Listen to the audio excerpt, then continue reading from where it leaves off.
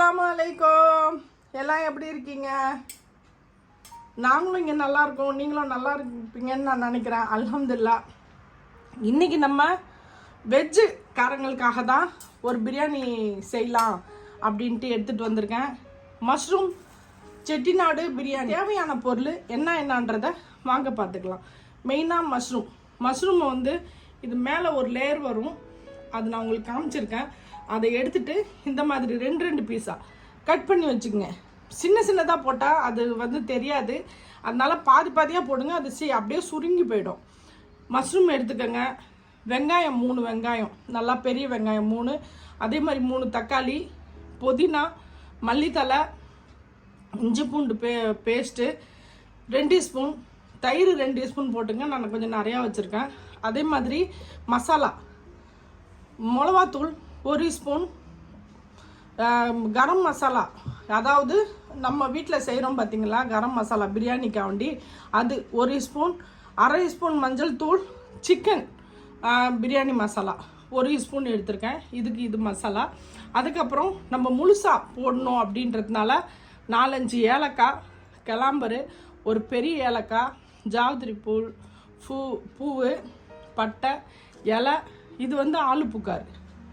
இதுதான் இதுக்கு தேவையானது. அதுக்கப்புறம் கார்னிஷ் பண்ணுறதுக்காண்டி நீங்கள் முந்திரி எது வேணுமோ நீங்கள் சோறு மேலே போட்டுக்கலாம். அதுக்கப்புறம் நான் பால் இது போட்டு வச்சுருக்கேன், குங்குமப்பூ போட்டு வச்சுருக்கேன்.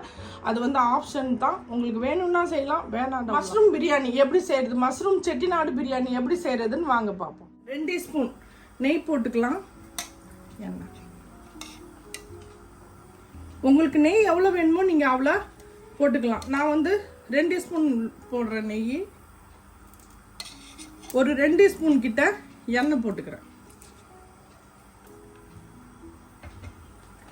இது நல்லா சூடாகட்டும். சூடாயிடுச்சு. நம்ம இப்போ ஃபர்ஸ்ட்டு ஏலக்காய், பட்டை இதெல்லாம் போட்டுருவோம். இதுலேயே இந்த ஆலு புக்காரு இதையும் போட்டுக்கலாம்.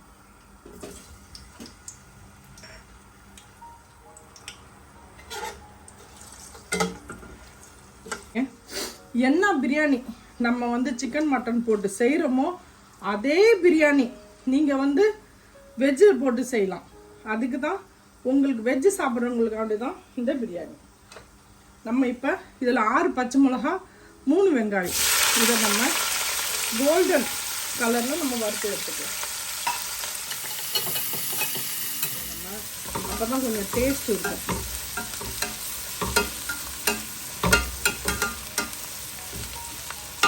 இன்னும் கொஞ்சம் நேரம் வேகட்டும், அப்புறமா என்ன போடணும்னு நான் காட்டுறேன். இது வந்து வேவுறது இல்லை, மட்டன் சிக்கன்னு கொஞ்சம் நிறையா வேகும், அது மாதிரி இது இல்லை. அதனால் நம்ம வந்து தனியாக தண்ணியில் ரைஸ் போட்டு நம்ம பிரியாணிக்கு எப்படி தம் பிரியாணி செய்வோமோ அந்த மாதிரி செஞ்சோம் அப்படின்னா நம்ம எப்போ சாப்பிட்டாலும் சோறு வந்து பொலண்டே இருக்கும். உங்களுக்கு வந்து தண்ணி ஊற்றி நம்ம ஊரில் செய்கிற மாதிரி பிரியாணி செஞ்சீங்க அப்படின்னா உங்களுக்கு வந்து அந்த அடியில் வந்து கொஞ்சம் கட்டி ஆகிடும். அதனால் நான் இன்றைக்கி அரிசி வந்து வடித்து தான் கொட்ட போகிறேன். ஆனால் அரிசி வந்து பாதி தான் வேகணும், ஃபுல்லாக வேகக்கூடாது. இதில் புதினா தண்ணியில் போட்டுக்கோங்க. புதினா போட்டுக்கோங்க. ஷாஜிரா என்கிட்ட இல்லை, ஃபினிஷ் ஆகிடுச்சு. உங்ககிட்ட இருந்தால் ஷாஜிரா போட்டுக்கோங்க. நான் வெறும் ஜீரகம் போடுறேன். ஒரு 1.5 ஸ்பூன் கிட்ட எண்ணெய் எதுக்கு போடுறோன்னா ஒட்டாமல் இருக்க. நம்ம வந்து மசாலாவில் பாதி உப்பு போடுவோம். இது ரைஸ்காண்டி பாதி உப்பு இதெல்லாம் போட்டுக்கோங்க. அது தண்ணி வந்து கொஞ்சம் நல்லா கொதி வந்துக்கிட்டு இருக்கட்டும். அதுக்குள்ளே நம்ம இதையும் பார்த்துப்போம். ஒரு சைடில் இன்னும் கொஞ்சம் வெந்தால் போதும். நம்ம வந்து மசாலாக்கும் உப்பு போட்டுடலாம்.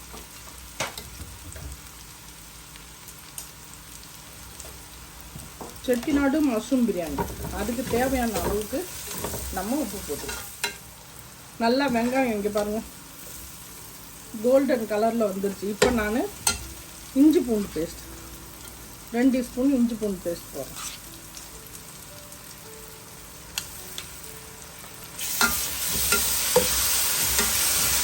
கொஞ்சம் கேஸை நம்ம ஸ்லோ பண்ணிடலாம். வச்சிருந்த மசாலா எல்லாத்தையும் போட்டுடலாம்.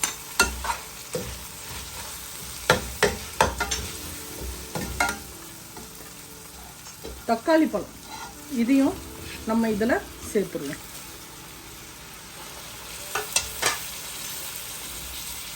மல்லி புதினா கொஞ்சம் மேலே போடுறதுக்கு மட்டும் வச்சுட்டு மீதி எல்லாத்தையும் நான் இதில் போட்டுறேன்.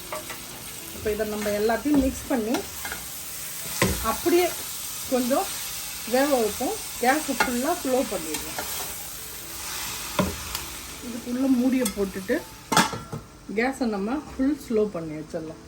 ஒரு 5 நிமிஷம் சென்று பார்ப்போம். இப்போ நம்ம இதில் இப்போ தக்காளி கொஞ்சம் நல்லா வெந்து சட்னி மாதிரி ஆயிடுச்சு பாருங்கள். நம்ம மஷ்ரூம் எல்லாத்தையும் போட்டுடலாம்.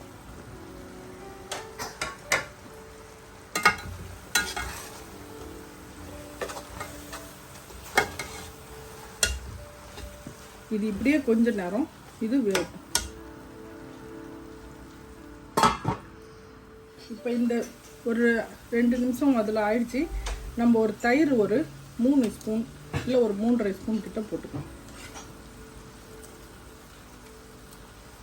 தயிர் போட்டுக்கோங்க. கொஞ்சம் இது வேகட்டும். மஷ்ரூம் கொஞ்சம் வேகட்டும். இதில்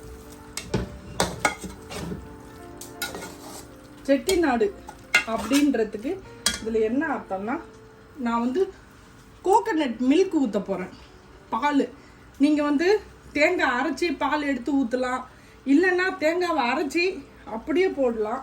நான் கோகனட் பால் டின்னில் உள்ளதை ஒரு 1/2 டின் ஊற்றுறேன். இதுவும் சேர்ந்து இது கூடயே வேகட்டும். செம்ம டேஸ்ட்டாக இருக்கும் பாருங்கள் செட்டிநாடு மஷ்ரூம் பிரியாணி. இதை இந்த இதுலேயே கொஞ்சம் நல்லா வேக விட்டுருவோம். அதுக்குள்ளே நம்ம ரைஸும் ஆகிடும். பாருங்க, தண்ணியில் நம்ம ரைஸ் போட்டுருவோம். 1 கிலோ ரைஸ். நான் இப்போ செஞ்சுருக்கிற மசாலா எல்லாமே 1 கிலோ ரைஸ்க்கு எவ்வளோ நம்ம போடுவோமோ இதை செஞ்சுருக்கேன். பாஸ்மதி ரைஸ் தான். நான் ஒரு 20 நிமிஷம் முன்னாடியே ரைஸை ஊற வச்சுட்டேன். ஏன்னா ரைஸ் ஊற வச்சு செஞ்சால் தான் அது கொஞ்சம் நல்லாயிருக்கும். நான் மசாலா இது இவ்வளோ தண்ணியாகவே இருக்கட்டும், சுக்காவாக நம்ம ஆக்கக்கூடாது. ஏன்னா நம்ம அரை வேக்காடு தான் நம்ம சோறு நம்ம அரிசியை வேக வச்சுருக்கோம். இப்போ இந்த தண்ணியிலேயே இப்படியே நம்ம ரைஸ் வடிச்சிட்டு வந்துட்டேன். இதை எல்லாத்தையும் இதில் நம்ம இப்படி போட்டுருவோம்.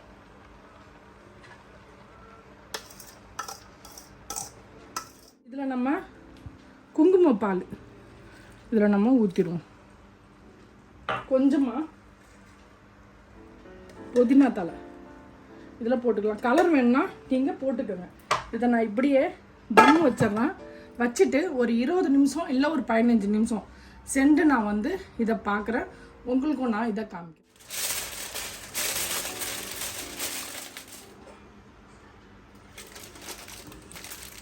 இந்த மாதிரி மூடி வச்சோன்னா தம்மு செம்மையாகிடும்.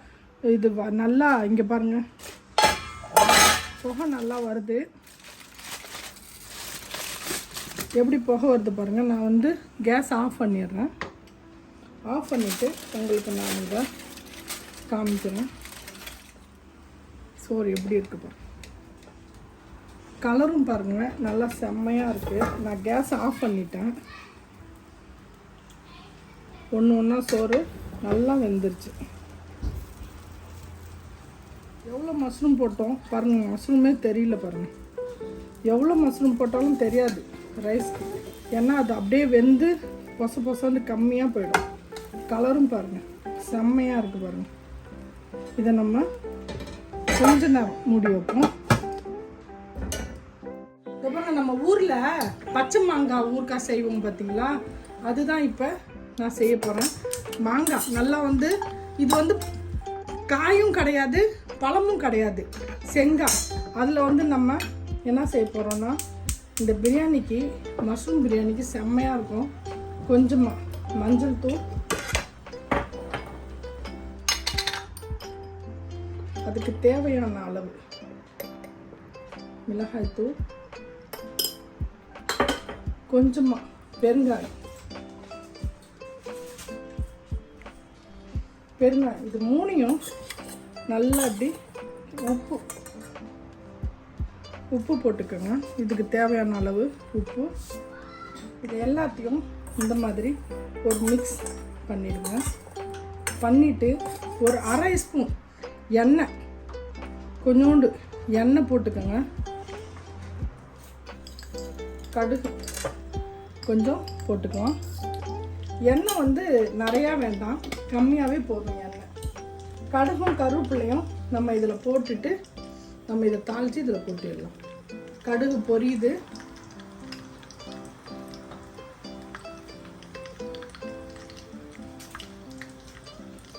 நல்லா கடுகு பொரியட்டும். பொரிஞ்ச உடனே கேஸை ஆஃப் பண்ணிவிடுவோம். அப்புறமா கருவேப்பிலையை இதில் போட்டுவோம். இதுக்கு ஒரு சின்னதாக ஒரு தாளிப்பு செம்மையாக இருக்கும். உங்களுக்கு வேக வச்சு சாப்பிட்ணுன்னா நீங்கள் இதுலேயே வந்து நீங்கள் அடுப்பில் பேன் வச்சு வேக வச்சு சாப்பிட்லாம். ஆனால் அதை விட இது ரொம்பவே நல்லா செம்மையாக இருக்கும். மாங்காய் ரெடி, மாதுளம்பழம், வெங்காயம், தயிர் பச்சடி ரெடி, முட்டை, இதுக்கு சைட் டிஷ் எல்லாமே ரெடி ஆகிடுச்சு. நான் உங்களுக்கு ரைஸ் வச்சு உங்களுக்கு நான் காமிக்கிறேன். இப்போ செட்டிநாடு மஷ்ரூம் பிரியாணி காண்டி நம்ம வந்து அதுக்கு சைட் டிஷ் எல்லாம் ரெடி பண்ணிட்டோம். நம்ம பிரியாணி இப்போ எடுத்து இங்கே சைடில் வச்சு சுட சுட கமண்டு நம்ம பிரியாணி சாப்பிடுவோம்.